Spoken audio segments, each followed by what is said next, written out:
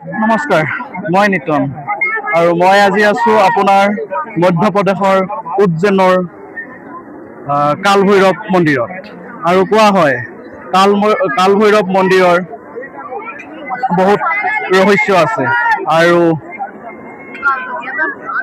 উজ্জৈন নগৰৰ সেনাপতি মহাকালেশ্বৰ মন্দিৰ দৰ্শন কৰাৰ আগত প্ৰথমতে কালভৈৰৱ মন্দিৰ দৰ্শন কৰিব লাগে।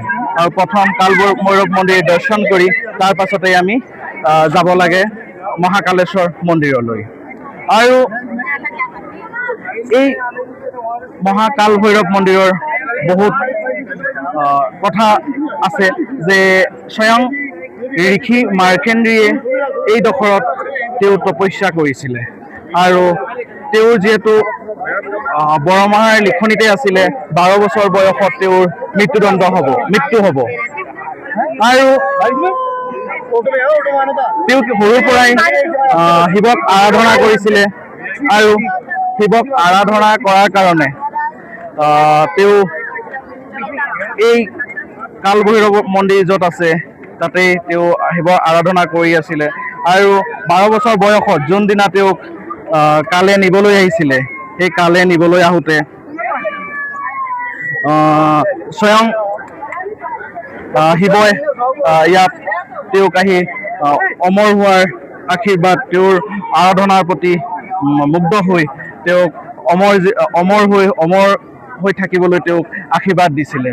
আৰু সেইকাৰণে কোৱা হয় কিবা বাধা বিঘিনতা, কিবা অসুবিধা থাকিলে এই কালভৈৰৱ মন্দিৰত আহি যদি আমি সেৱা লওঁ তেনেহ'লে আমাৰ সকলো দুৰ্দশা দূৰ হয় বুলি সকলোকে কোৱা হয়। আৰু এই কালভৈৰৱ মন্দিৰৰ প্ৰসাদ হিচাপে যদি আমি অলপ সুৰা দিয়া হয় তেনেহ'লে সকলো মনৰ আশা পূৰণ হয় বুলিও কোৱা হয়। আৰু যিটো আমি সকলোৱে জানো যে কালভৈৰৱ মন্দিৰ মহাকাল উজ্জৈন এখন উজ্জৈনৰ ৰজা শিৱ। আৰু ইয়াৰ স্বয়ং শিৱই এই উজ্জৈন নগৰৰ ৰজা, কাৰণে ইয়াত বেলেগ কোনো ৰজা নাই। কাৰণে আমি সকলোৱে আজি শিৱক আৰাধনা কৰিবলৈ জ্যোতিৰ্লিংগ দৰ্শন কৰিবলৈ আহিলোঁ। আৰু যিহেতু আপোনালোকক দেখাই গৈছোঁ যথেষ্ট ভিৰ। আৰু ইয়াত কি হয়, দেওবাৰ দিনটো অলপ বেছি ভিৰ থাকে।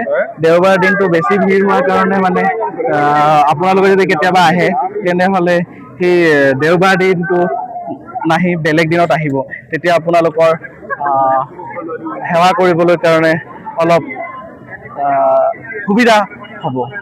আৰু আপোনালোকক দেখাই গৈ থাকিম আমি আৰু কোনকেইখন মন্দিৰত পূজা অৰ্চনা আশীৰ্বাদ ল'বলৈ গৈ আছোঁ। আৰু আপোনালোকে মোৰ ভিডিঅ'বিলাক পাই থাকিবলৈ ফ'ল' কৰিব, লাইক কৰিব আৰু আপোনালোকৰ কমেণ্ট কৰিব আৰু আপোনালোকৰ মৰম দিবলৈ নাপাহৰিব।